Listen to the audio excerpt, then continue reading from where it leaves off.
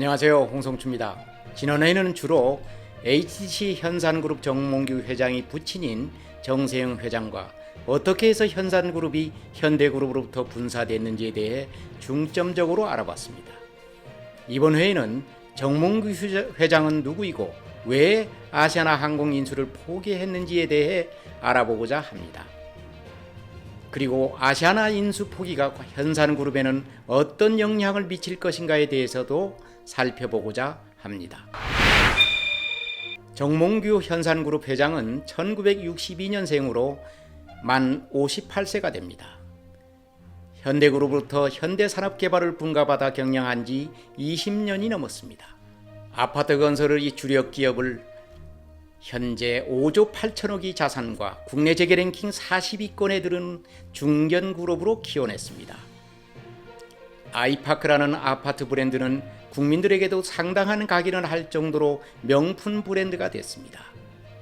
지난해에는 아시아나 항공 인수전에 뛰어들어 경쟁 회사들보다도 1조 원 정도 더 베팅해 인수계약을 체결하기도 했습니다.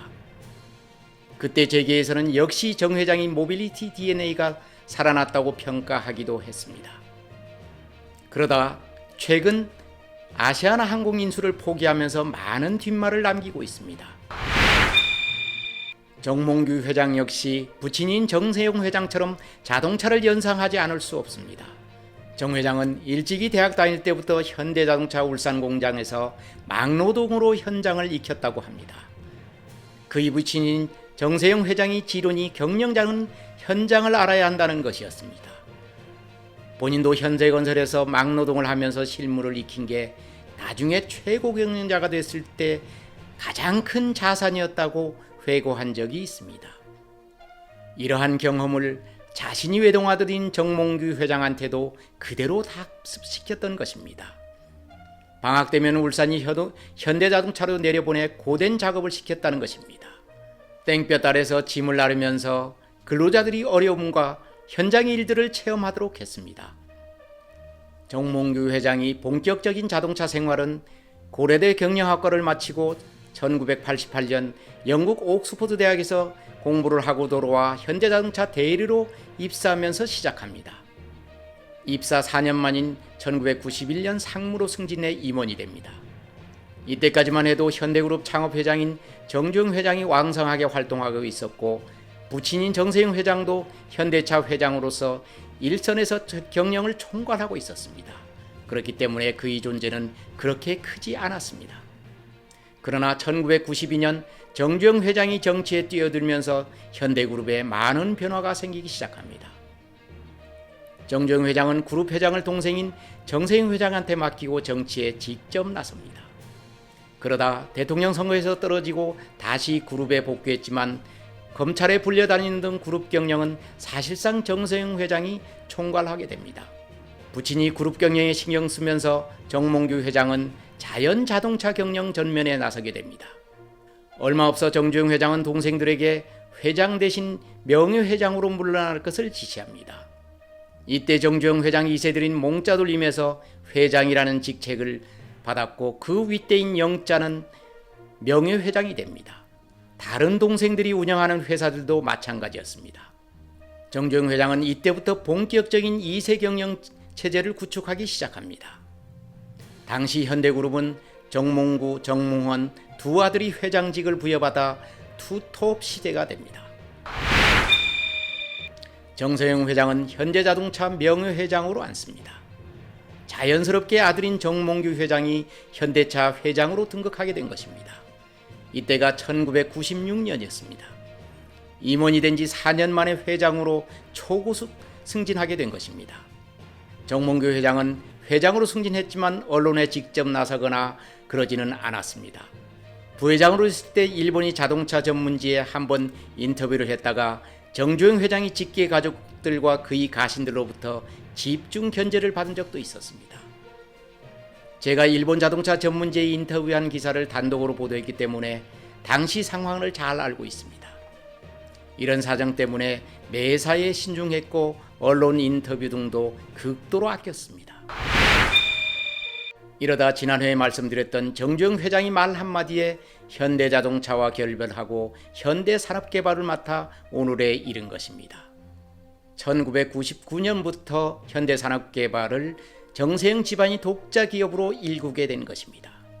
정세영 회장은 명예회장으로 앉아 있었고 정몽규 회장이 사실상 현산을 직접 경영하게 됩니다.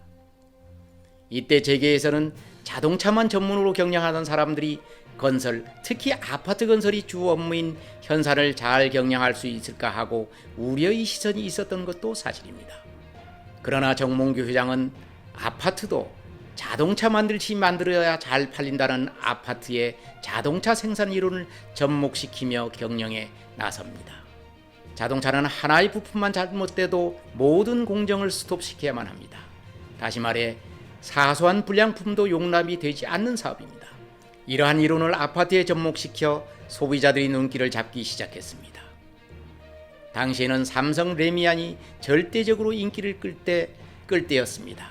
현산은 아이파크라는 새로운 브랜드로 도전해 성공해냅니다. 시공능력 평가에서 4위에 오를 정도로 현산을 탈바꿈시킵니다. 건설업계 최초로 건축물의 디자인을 중시하는 디자인 경연을 시도합니다. 서울 강남구 삼성동에 위치한 하얏트 서울과 용산에 있는 패션 전문 백화점인 현대 아이파크몰이 그의 작품입니다. 사촌형인 정몽준 전 국회의원이 맡았던 축구협회장도 맡아 현재에 이르고 있습니다. 이런 정몽규 회장을 보고 주변에서는 팔색조라고 부릅니다. 오너 경연이면서 여기저기 다른 일들을 벌이기 때문에 붙여진 별명입니다.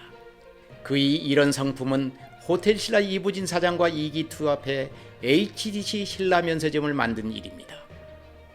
2015년 개장한 이 면세점은 처음 두 사람이 손을 잡았다고 했을 때부터 많은 화제를 불러왔습니다.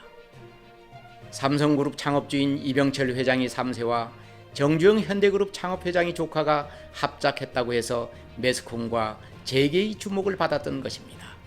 이병철 회장과 정주영 회장은 한국 기업의 역사를 만든 두 거목으로서 생전에 그렇게 사이가 좋았던 것만은 아니었었습니다.